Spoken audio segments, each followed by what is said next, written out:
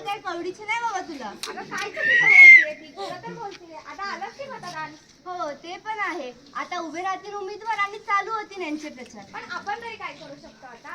आता हे उमेदवार घरोघरी जाऊन पैसे देतील आणि मतं घेतील. आपल्या हातात तरी काय? अगं अशी कशी म्हणती, आपल्याच हातात आहे सगळं. कोणाला निवडून आणायचं कोणाला नाही हे आपल्याला ठरवायचंय. रोज रोज एवढे पेपर येतात, मोबाईलवर एवढ्या घडामोडी आपण बघतो, त्यावरून आपण ठरवू शकतो ना कोण आपल्या समाज हितासाठी करतंय आणि कोण नाही. जो आपल्या समाजासाठी कार्य करतोय त्याला निवडून आणायचं आपण. हो ग, तुझं बरोबर आहे. पण आपण हे लोकांपर्यंत कसं पोहोचवणार? हे आपण लोकांपर्यंत कसं पोहोचवणार हे आपण पुढल्या प्रसंगात पाहणारच आहोत.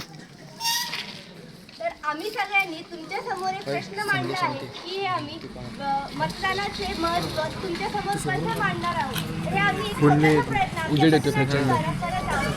तर आता तालुक्याचे मतदान होणार आहे. तर मतदानाच्या आधी काही उमेदवार कसे प्रचार करतात ते आपण पुढे पाहणारच आहोत. पण काही सत्याचे प्रचार असतात तर काही भ्रष्ट उमेदवाराचे प्रचार असतात. तर पहिला आपण पाहूया सत्याचे प्रचार. अरे येऊन येऊन येणार कोण, नारायणराव शिवाय आहेच कोण. अरे येऊन येऊन येणार कोण, नारायणराव शिवाय आहेच कोण. नमस्कार माझे गावकरी मित्रांनो, माझं नाव नारायणराव. जसं की तुम्हाला माहिती आहे, मागच्या 5 वर्षापासून तुमच्या गावामध्ये तर काही प्रगती झाली नाही. गाव सोडा, तुमच्या तालुक्यामध्ये काही प्रगती झाली. तुम्हाला वाटत नाही का तुमचं पण प्रगती व्हावं, तुमच्या गावाची, तुमच्या तालुक्याची, तालुक्या सोडा तुमच्या देशाची प्रगती व्हायला पाहिजे. तुम्हाला वाटत नाही का? असं वाटतं ना तुम्हाला? मग तुम्हाला वाटतं तुमचा तो ज्या मागच्या 5 वर्षाखाली तुम्ही ज्या नेत्याला निवडून आणलं होतं त्या नेत्याला लावलं तुम्हाला चुनणार. कसं मागच्या 5 वर्षापासून जे पैसे तुमच्या गावाच्या तुमच्या तालुक्याच्या विकासासाठी येतो तो सगळं त्याच्या खिशामध्ये जात आहे. तुम्हाला नाही वाटत का तुमचं भविष्य सुधराव, तुमच्या लेकरांचं भविष्य सुधराव? जर तुम्हाला असं वाटत असेल तर मला निवडून आणा. मी तुमच्यासाठी तुमचे जितके काही समस्या असतील त्याचं मी निवारण करेल. नक्की मला ह्या वर्षी मतदान करा. तर गावकरी बंधू आणि भगिनींनो, मला फक्त इतकंच सांगायचं आहे की कुठल्याही भ्रष्ट नेत्याला मत न देता कुठल्याही एका प्रामाणिक आणि निष्ठावंतच नेत्याला मत द्या. कारण की आपलं भविष्य हे त्यांच्याच हातात गेलेलं असतं. आपण फक्त एका दिवसाच्या लालच्या पायी एखादा मत देतो, पण तो पुढे जाऊन भ्रष्ट निघतो. तो फक्त पैशाचा उपयोग करतो, त्याचा सदुपयोग करत नाही. म्हणून फक्त एका दिवसाच्या लालच्या पायी आपलं मूल्यवान मत कुठल्याही भ्रष्ट नेत्याला देऊ नका. एका इमानदार आणि चांगल्याच माणसाला द्या. तोच आपलं भविष्य घडवणार आहे. धन्यवाद. तर ह्या वर्षी नेमकी मलाच मतदान द्या आणि मलाच निवडून आणा. धन्यवाद मित्रांनो. बघितलं ना तुम्ही मित्रांनो, किती सत्यता होती त्याच्या कामातूनच आपल्याला दिसून येत होतं. तर आपण आता बघणार आहे भ्रष्टाचे उमेदवाराचे प्रचार. हमारा नेता कैसा हो, रामदास पैसे खाऊ हो. हमारा नेता कैसा हो, रामदास ईमानदार जैसा हो. तर नमस्कार माझ्या लोकप्रिय गावकऱ्यांनो, मी रामदास मागल्या काही 5 वर्षापासून जिंकत आलेलो आहे. तर यावर्षी पण मी जिंकणार आहे. आपल्या गावाचा विकास तर सगळा मीच केलाय. तुम्हाला नाही वाटत ते रस्त्यावर तुमच्यापर्यंत सायकल खेळाव? रस्त्यावर खेळतील का रस्त्यावर येतील? काय सॉरी तुम्हाला नाही वाटत तुमचे पोरं मोठे मोठे शाळेमध्ये येऊन शिकाव? सर, हे तर तुम्ही गेल्या इलेक्शनलाच बोललेत. हेच बोललो होतो का? हो यावर्षी कॉलेज बांधू. सर, हे जरा जास्तच होतंय. वोट तरी भेटते. ठीक आहे. तर आपल्या गावाचा विकास तर माझ्याच हातात आहे. मी तुमच्या लाडक्या पोरासारखा, तुम्ही माझ्या लाडक्या आई वडिलांसारखा. तुम्हाला नाही वाटत की आपल्या गावचा विकास मी ठरवू शकतो? जरी ठरलं तरी तुमची आणि आमची भेट तर आहेच. मग हमारा नेता कैसा हो, रामदास ईमानदार जैसा हो. बघितलं ना तुम्ही त्या उमेदवाराने काय काय वचन दिले आहेत.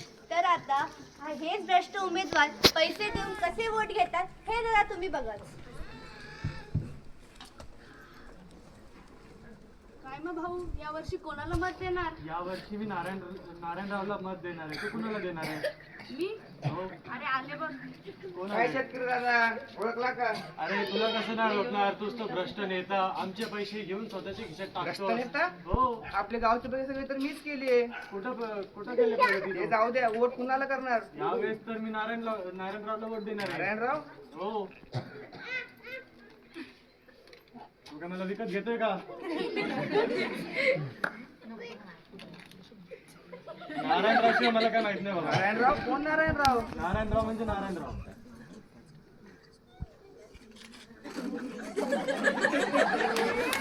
विकत घेतो का मला तू? मी काय विकणार नाही. यावर्षी वोट कुणाला? रामदासला. तुम्हाला काही गरज पडली अडचण असेल तुम्ही मला सांगा. एक अडचण आहे, काय अडचण सांगा माझं तुमची. कर्ज माफ करत आहे फक्त. तुमचं कर्ज मी सगळं माफ करत. सगळं तुम्ही माफ फक्त करतो. एक मतदान आपल्या गावाचा विकास एक करू. मतदान तुमचं आपल्या गावाचा विकास ठरवणार. तुम्ही फक्त मला मतदान करा. धन्यवाद साहेब. हमारा नेता कैसा हो, रामदास ईमानदार जैसा हो. आता खरंच विकास ह्या उमेदवाराच्या हातात आहे की नाही आणि उमेदवारीमध्ये कोण विजय होतो ते आपल्याला बघायचं आहे आणि ते उमेदवार त्यांचे विजय कसे साजरा करतात ते तर तुम्ही बघायलाच हवं.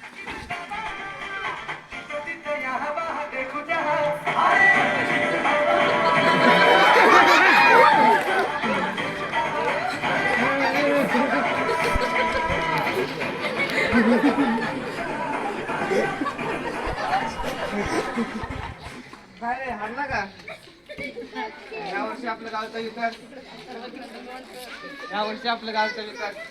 माझ्या हातात आहे. हे तर काय करूया गावकऱ्यांचं आता बाबा. हो ना देवा. खरंच आता गावकऱ्यांचा विकास याच नेत्याकडे आहे, बरोबर ना? आता हे उमेदवाराने जे वचन केले ते हा पूर्ण करतो की नाही आणि काय करतो ते आपण जरा बघूया. बाई, हे काय झालं आता मला काहीच कळत नाहीये. अरे काय झालं? माझं सगळं शेत वाया गेलं ना, वीज पुरवठा आहे ना पाणी पुरवठा आहे, काय चाललंय मला काहीच कळत नाहीये. अरे पण तुला रामदासने एवढं तर सगळं सांगितलं होतं तो तुझी नक्की मदत करल. हो, तू एक काम कर, त्याची आज जाऊन भेट घे. मी आज ताबडतोब जाऊन त्यांची भेट देतो. तुझं खूप खूप धन्यवाद.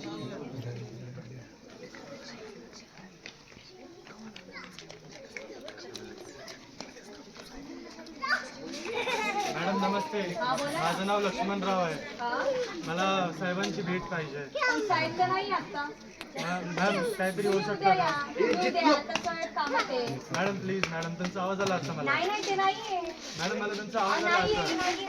नाहीये. मॅडम मला साहेबांची भेट कोण आहे? पाहिजे. कोण मध्ये आहे? आहे. हा कोण आहे? आतमध्ये कसा आला तू? साहेब मी लक्ष्मणराव मी काय साहेब. करू मग? कोण बी असू दे तू. साहेब तुम्हाला मतदान केलं साहेब मी काय यावेळेस. करू? साहेब तुम्ही म्हटलं माझी काय अडचण असेल मी तर एक तुम्ही सगळं करा. वरनं ऑर्डर येतो. बाहेर गेला छोटा. बाहेर राहू. साहेब, नाही, साहेब, नाही, बाहेर काय- करा. बाहेर- मॅडम असं नका करू साहेब. आता या नेत्याने तर ह्याचे शब्द बदलले, पण याच्या एका शब्द बदलण्याने शेतकरीच्या जीवनावर काय परिणाम होतो ते तुम्ही बघा.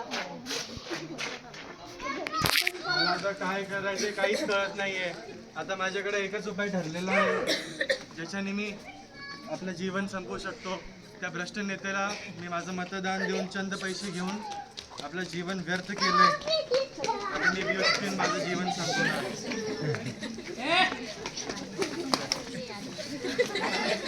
पाहिलं का मित्रांनो, काय होतं तुमच्या एका मताचं मूल्यवान किती मौल्यवान असतं. तुमचं एक मत कळलं ना तुम्हाला.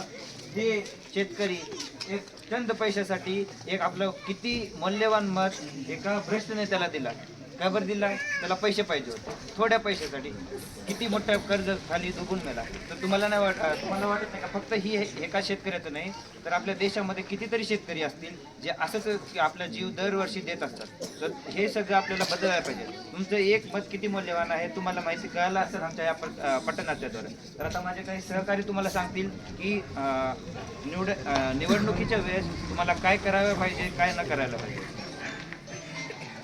तर प्रचार करताना जर उमेदवार तुम्हाला येऊन पैसे देण्याचा प्रयत्न करेल तर ते पैसे न घेता जवळच्या मतदान केंद्रात जाऊन त्यांची तक्रार जरूर करा.